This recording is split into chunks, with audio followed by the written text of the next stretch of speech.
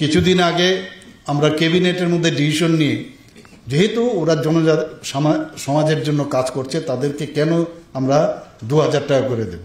শুধু তাই নয়, অনেক জনজাতি আছে তাদের যে প্রতি 3 বছর 2 বছর পর পর সমাজপতি কিন্তু চেঞ্জ হয়। তো অনেকে আছে যে চাকরি করছে বা অনেকে আছে আপনার পেনশন পাচ্ছে, তাদেরকে কিন্তু দেওয়া হতো না। আমরা এবার ডিসিশন নিলাম না, যেহেতু সমাজের জন্য কাজ করছে অনারিয়াম দিচ্ছি তাদের সবাইকে আমরা দেব, সেটা উইথড্র আমরা করেছি এবং 2000 থেকে 5000 আমরা করেছি।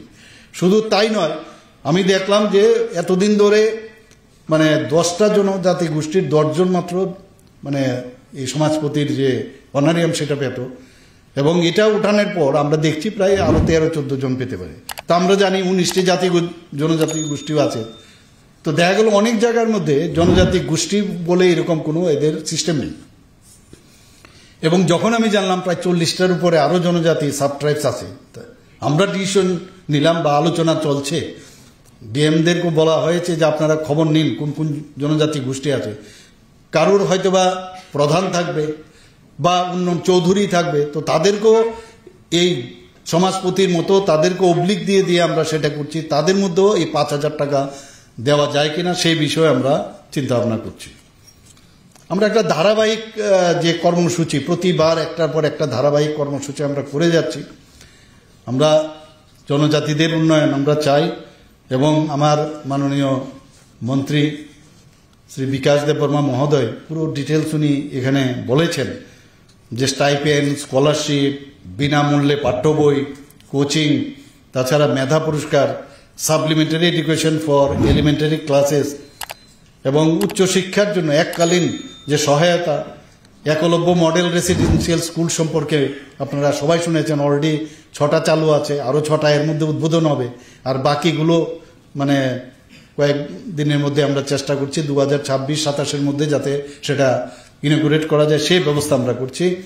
এডুকেশন একটা প্রায়োরিটি আমাদের কাছে। জনজাতিদের যতক্ষণ ধরে এডুকেশন না হবে, একটা এডুকেটেড পার্সন, তার পক্ষে কিন্তু এই তাদেরকে বিভ্রান্তি করা যাবে না যদি সে এডুকেটেড হয়। তো আমরা চাইছি তাদের এডুকেশনটা পৌঁছানোর জন্য আমরা প্রথম থেকে দ্বাদশ শ্রেণী পর্যন্ত যারা ছাত্রছাত্রীরা আছেন তাদের যে স্টাইপেন্ড দেওয়া হয়, তার বৃত্তি দেওয়া হয়, 40 টাকা ছিল, সেই জায়গায় 40 টাকা থেকে আমরা 80 টাকা করেছি। আগামী দিনে আমাদের মাননীয় মন্ত্রী প্রায়শ বলছেন আমরা চিন্তা করছি আরও কিছু বাড়ানো যায় না, প্রতিদিন 80 রুপিস করে আমরা দিচ্ছি। 460টি এসটি হোস্টেলে এখন পর্যন্ত প্রায় 34,018 জন শিক্ষার্থী এতে লাভবান হয়েছেন। প্রি মেট্রিক স্কলারশিপ আমরা মাথা পিছু 400 টাকা থেকে বাড়ানো হয়েছে। ট্রাইবাল ওয়েলফেয়ার ডিপার্টমেন্ট সেখানে 400 টাকা থেকে 1000 করা হয়েছে। আউটসোর্সিংয়ের সেটাও ক্যাবিনেটে এসেছিল। আউটসোর্সিংয়ের মাধ্যমে 170 জন যে আমাদের বিভিন্ন জায়গায় যে হোস্টেলগুলো আছে ওয়ার্ডেন নেই, তো তাদের জন্য আমরা অনুমোদন দিয়েছি। আমরা চিফ মিনিস্টার ট্রাইবাল ডেভেলপমেন্ট মিশনে 50টি সরকারি এসটি হোস্টেলে যে composite solar unit with solar based water purifier, তার জন্য 19 কোটি টাকা স্যাংশন দেওয়া হয়েছে। চিফ মিনিস্টার রাবার মিশনে আমরা অনেক সেখানে কাজ করছি। আপনারা আত্মা, MGNREGA এবং নাবার্ড থেকে আমরা লোন নিয়েছি, এবং 5 বছরে রাজ্যের রাবার চাষ যাতে আরও, কারণ এখন আমরা দেখছি যে রাবারের উপর ভিত্তি করে আমাদের কিন্তু সোশিও ইকোনমিক্যাল স্ট্যাটা বিশেষ করে জনজাতি গোষ্ঠীর মধ্যে অনেকটা বেড়েছে। তো সেখানে প্রায় 69,000 হেক্টর আমরা নতুনভাবে সেখানে আমরা বাড়াচ্ছি সেখানে। এবং এখানে ভিডিওতে দেখানো হয়েছে যে বিভিন্ন জায়গার মধ্যে যাতে আরও জায়েন্ট ওয়েতে সেখানে স্মোক হাউস, প্রায় 50টা স্মোক হাউস সেখানে তৈরি করা হবে, এবং 25টি আর যাতে রাবার প্রক্রিয়াকরণ স্মোক হাউস সহ সেখানে স্থাপন করা হবে।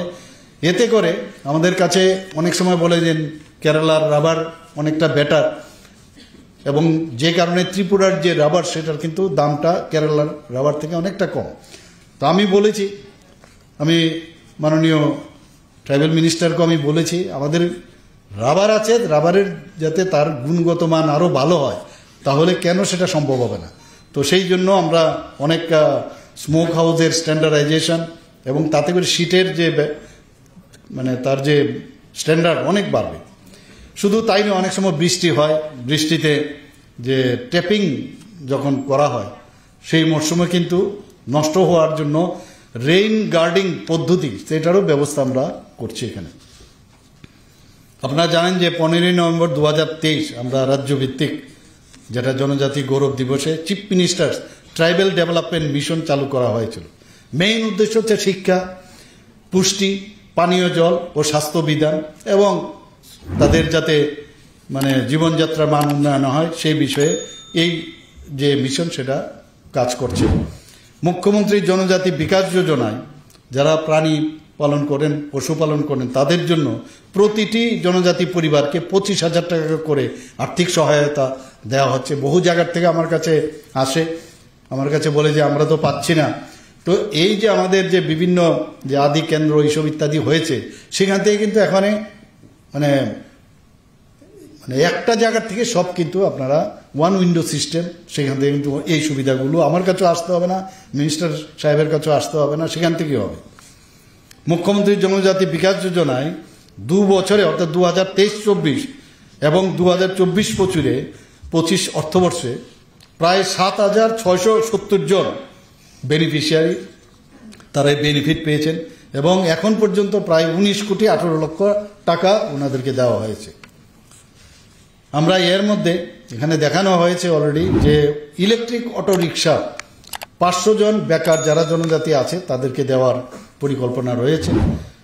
এবং আমরা আপনারা সবাই জানেন যে বিশ্ব ব্যাংকের থেকে, ওয়ার্ল্ড ব্যাংক থেকে আমরাও চেষ্টা করছি, বিশ্ব ব্যাংক থেকে আরম্ভ করে ইভেন এখানে প্রায় 140 কোটি টাকা আমরা বিশ্ব ব্যাংক থেকে আমরা নিয়েছি অনলি ফর ডেভেলপমেন্ট এবং সোশিও ইকোনমিক্যাল স্ট্যাটাস এবং ওই জায়গার শিক্ষা, মানে তারপর ওখানকার যে কমিউনিকেশন সব ইনফ্রাস্ট্রাকচার ডেভেলপমেন্টের জন্য আমরা একটা দীর্ঘমেয়াদী প্রকল্প আমরা হাতে নিয়েছি। 12টি অ্যাসপিরেশনাল ব্লক এতে কাভার হবে, 23টি জনজাতি অধ্যুষিত ব্লকে শিক্ষা, যোগাযোগ, জীবনযাত্রার মান সেগুলো হবে। জুম চাষ প্রকল্প খুব ইম্পর্টেন্ট ট্রাইবেল যারা আছেন তাদের জন্য, এবং সেখানেও মানে তাদেরকে সাহায্য করা হচ্ছে বীজ ক্রয়, শ্রমিকদের মজুরি, ঐতিহ্যগত জুম চাষের যে সহায়তা, আর্থিক সহায়তা, এদের ক্ষেত্রে প্রতিটি পরিবারকে 2,040 টাকা করে দেওয়ার ব্যবস্থা আছে। জুম চাষে এই যে প্রকল্প আমরা করেছি তাতে দেখা গেছে যারা জুমিয়া পরিবার আছেন প্রায় 4,189টি জুমিয়া পরিবারকে এখন পর্যন্ত প্রায় 85 লক্ষ টাকার উপর দেওয়া হয়েছে। আমরা শুধু এতেই আমরা সীমাবদ্ধ হতে রইনি, আমরা চাই যে খেলাধুলাতেও কালকেও আমি একটা জায়গায় আমি গিয়েছিলাম বক্সনগরে বা অন্যান্য যেখানেই যায় আমাদের জনজাতি মানে ছেলে মেয়েরা এখন কিন্তু খেলাধুলাতেও খুব ভালো উন্নতি করছে। তো সেই জায়গায় দাঁড়িয়ে আমরা ইনফ্রাস্ট্রাকচারও ডেভেলপমেন্ট করার চেষ্টা করছি। এখন পর্যন্ত যে অ্যাস্ট্রো টার্ফ ফুটবল গ্রাউন্ড আমরা জনজাতি এলাকায় নির্মাণ করেছি, আরেকটি নির্মাণ এর মধ্যে হচ্ছে। আপনারা সবাই জানেন যে এবারের বাজেটে আমরা জনজাতিদের নিজস্ব কিন্তু অনেক বাদ্যযন্ত্র আছে। থাঙ্গা ডারলংয়ের আপনারা নিশ্চয়ই শুনেছেন যে উনারই বাদ্যযন্ত্রের জন্য ওনাকে পদ্মশ্রী দেওয়া হয়েছিল। এরকম অনেক অজানা বাদ্যযন্ত্র ওনারা নিজেদের ছিল, সে কিন্তু হারিয়ে যাচ্ছে। এবং তাদের যে যে এই ধরনের যে যন্ত্রপাতি আছে তাদের সেগুলো যাতে হারিয়ে না যায় তার জন্য আমরা এবার 3 কোটি টাকা আমাদের এবারের বাজেটে আমরা রেখেছি। এখানে মুখ্যমন্ত্রীর জনজাতি উন্নয়ন মিশনে আমরা সুপার 100 প্রকল্প একটা শুরু করব। তাতে করে এখানে বলা হয়েছে জেই, নিট, ইউপিএসসি, তাছাড়া টিপিএসসি, এই ধরনের টিএফএস, টিসিএস, এইগুলো কিন্তু তাদের আমার মনে হয় আগামী দিনে আরও বেশি করে তারা সাফল্য পাবে এবং তার জন্য আমরা 3 কোটি টাকা আমরা এর জন্য রেখেছি। হোস্টেল নিয়ে অনেকে অনেক কথা বলে, আমি এর আগেও আমি বলেছি এর মধ্যে 100 শয্যা বিশিষ্ট আমরা 3টি হোস্টেল, এসটি হোস্টেল আমরা স্থাপন আমরা করব এবারের বাজেটে রাখা হয়েছে এবং 50টি আমরা 60টি নতুন 50 শয্যা বিশিষ্ট 60টি নতুন হোস্টেল আমরা করব। আমরা 36টি এসটি হোস্টেল এবং তাদেরকে যাতে পরিশ্রিত পানীয় জল, ভেরি ইম্পর্টেন্ট, সেখানে যাতে দেওয়া যায় তার জন্য ওয়াটার ট্রিটমেন্ট ফেসিলিটি নির্মাণ করা হবে।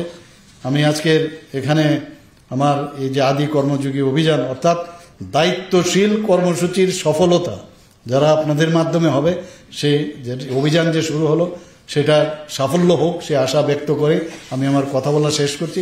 সবাইকে নমস্কার। জয় হিন্দ, ভারত মাতা কি জয়।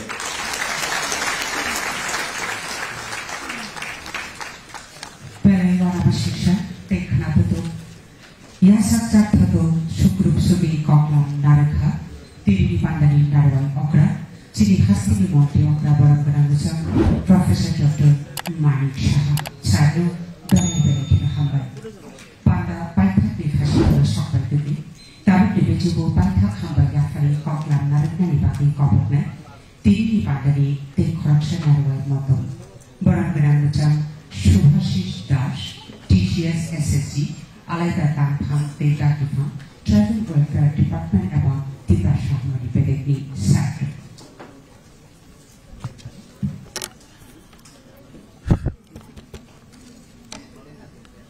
সবাইকে নমস্কার। মঞ্চে উপবিষ্ট রয়েছেন রাজ্যের মাননীয় মুখ্যমন্ত্রী professor doctor Manik Saha sir. উপস্থিত রয়েছেন আমাদের জনজাতি কল্যাণ দপ্তরের মাননীয় মন্ত্রী মহোদয় শ্রী বিকাশ দেব বর্মা, জনজাতি কল্যাণ দপ্তরের মাননীয় secretary doctor K Shashi Kumar মহোদয়, DM and collector West Tripura doctor Bishal Kumar মহোদয়,